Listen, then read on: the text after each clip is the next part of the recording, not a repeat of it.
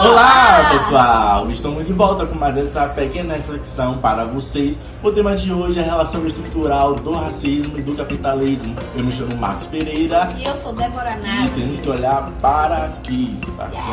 Eu vou sentar, tá? Então, vou ser bem redundante, né? Vamos começar do começo. Vamos lá para o início de tudo. Por que a gente se propôs a falar hoje de racismo e capitalismo? Será que existe uma conexão? Será que existe um elo de ligação entre esses dois sistemas? Existe. E a gente vai tentar explicar por que existe essa ligação e como um fundamenta para que o outro aconteça, tá? Fundamenta não, como um se fortalece para que o outro aconteça. Primeiro a gente vai falar da questão histórica da construção do nosso país. Nós vivemos em um país que foi estruturado na perspectiva do antinegro. O que significaria isso, Débora? Ser tudo, é bom ser tudo menos ser negro. Por quê? Isso se fundamenta, tá? A gente vai falar do período pós-escravidão. Quando a gente fala do período pós-escravidão, a gente fala de negros, né, ex-escravos, que foram jogados nas ruas sem nenhum tipo de reparação do país, ou seja, sem nenhum tipo de reparação histórica financeira, para que tivessem acesso à educação, à moradia, à educação. Ou seja, se eu não tenho acesso a essas coisas, eu fico à margem. Por quê? Aquela sociedade, né, moderna estava se estruturando de uma forma econômica na qual esses negros não conseguiriam e não conseguiram se inserir porque não tinham nada para que isso pudesse acontecer. Não tinha educação, não tinham saúde, não tinham renda e não tinham moradia. Ou seja, estavam à margem.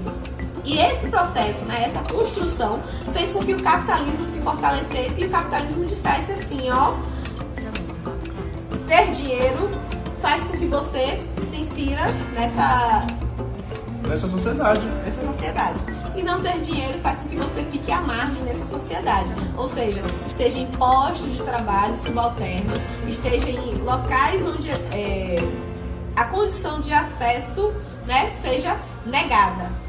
E aí, só para conceitualizar o que é capitalismo, bem por cima, assim, bem friamente, capitalismo é a acumulação, é a maximização dos meios financeiros e materiais. É entender que a classe alta, logo, majoritariamente, os brancos são os donos dos meios de produção e, majoritariamente, os negros, né, que ocupam a base desse sistema, que sustenta esse sistema. E aí, gente, é fundamental que vocês compreendam que o capitalismo hoje em dia desde sempre, só se sustenta, só se fortalece, só é viável porque tem como base a categorização de raça, tem como base a prática do racismo. Ou seja, o que Karl Marx falou em seu livro lá, o Capital, né, de que o capitalismo traz essa categorização de classes, né, que ele não fala sobre raça, e por isso a gente não está usando muito o Marx aqui como referência, né? Mas hoje em dia, além da classe, é também a classe, ele estava certo, né? Mas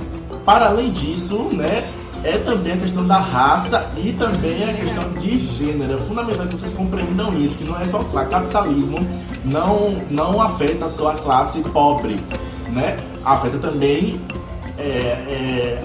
as pessoas negras e as mulheres também, ou seja, é classe, raça e gênero. Então o debate já evoluiu, né? E a crítica que Marx fez é legal, mas já está ultrapassada. Mas se a gente pensar, né, na perspectiva do racismo, o que a Oliveira traz? O racismo, ele é uma condição social que se estrutura por conta de quê? Por conta da questão econômica e por conta da questão política. Ou seja, se não existe condição econômica e política para combater o racismo, como esse racismo vai ser combatido na sociedade capitalista?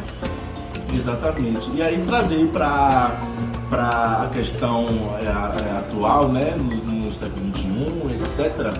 Primeiro, perceber que racismo é uma relação social, é um meio de opressão socialmente construída, ou seja, que a categorização de raça é socialmente construída. E aí entender que o racismo é uma relação social, política e econômica. Logo, se é econômica, né, tem como guarda-chuva aí como de opressão, o capitalismo, que causa essas desigualdades sociais que a gente está vendo na nossa sociedade e que acaba afetando mais nós como população negra.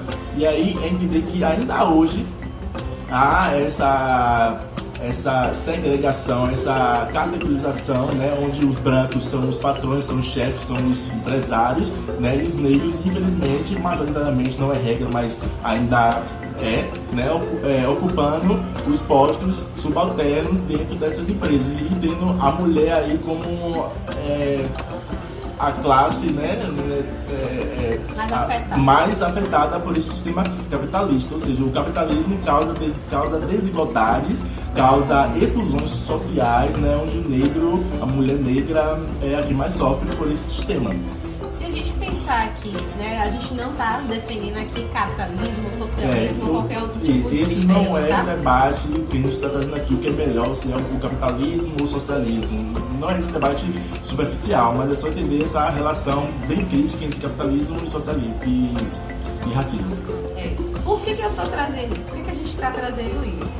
Porque a gente vai dar um exemplo bem claro para que vocês consigam compreender e perceber, né, como o capitalismo ele se estrutura não dando condições de igualdade a determinados grupos. Se a gente for pensar em Cuba, né, Cuba via um sistema, né, socialista, onde se você sai daqui do Brasil... Está dando algumas aberturas aí econômicas e comerciais, mas ainda é socialista, majoritariamente socialista. Isso. Mas se a gente... Por que a gente trouxe isso? Porque se você sai daqui do Brasil e vai pra Cuba, a gente ainda não foi lá, tá? Mas a gente vai. Você sai daqui e você encontra médicos negros. Mas se você vem pro Brasil, pra nossa realidade, você dificilmente encontra médicos negros. Nunca vi um médico negro na minha vida. Por que isso acontece lá e aqui não? Porque existe a condição de igualdade, ou seja, os negros e os não negros foram colocados no mesmo patamar, ou seja, ambos têm acesso à educação, ambos podem alcançar postos de trabalho melhores e podem economicamente ser mais ativos. Diferente do Brasil, você encontra sim médicos negros, mas é uma minoria, é um grupo muito mais restrito, porque a gente sabe, né, que investir em educação, que fazer medicina no nosso país é muito caro. E a população negra normalmente tem pouco acesso, né, tem pouca renda para que consiga ter acesso a se manter 6 anos, 5, 6, 7, 8 anos na universidade, na faculdade, sem precisar trabalhar para poder se manter, né? Entendendo também que, apesar de Cuba ter essa equiparação, né, na educação, onde negros podem ocupar esses postos de trabalho, entendo também que há também uma forte desigualdade em Cuba e em vários outros países que adotam esse sistema socialista. Entendo também, e é por isso que a gente falou que a gente não está trazendo esse debate do qual é o melhor sistema, né, porque... Enfim, aí já é um outro vídeo que a gente pode fazer e etc e tal. Mas aí, capitalismo causa desigualdades sociais. É entender que a classe alta, né, e que os brancos acham que eles não vão ser atingidos por esse sistema, mas que no fundo acaba sendo atingido sim. Mas por que eu estou trazendo isso? Vamos lá, Débora vai também me ajudar aqui.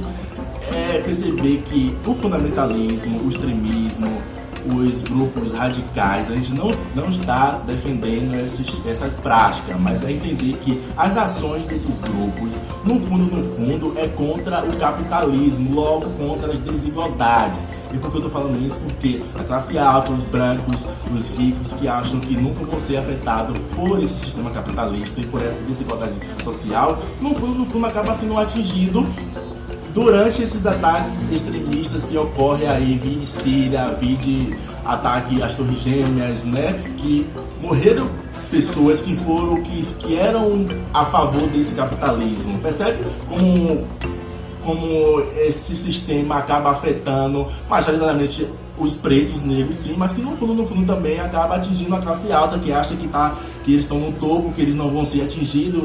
Eu tô aqui na minha, não vou defender aqueles negros lá que, né, dane-se.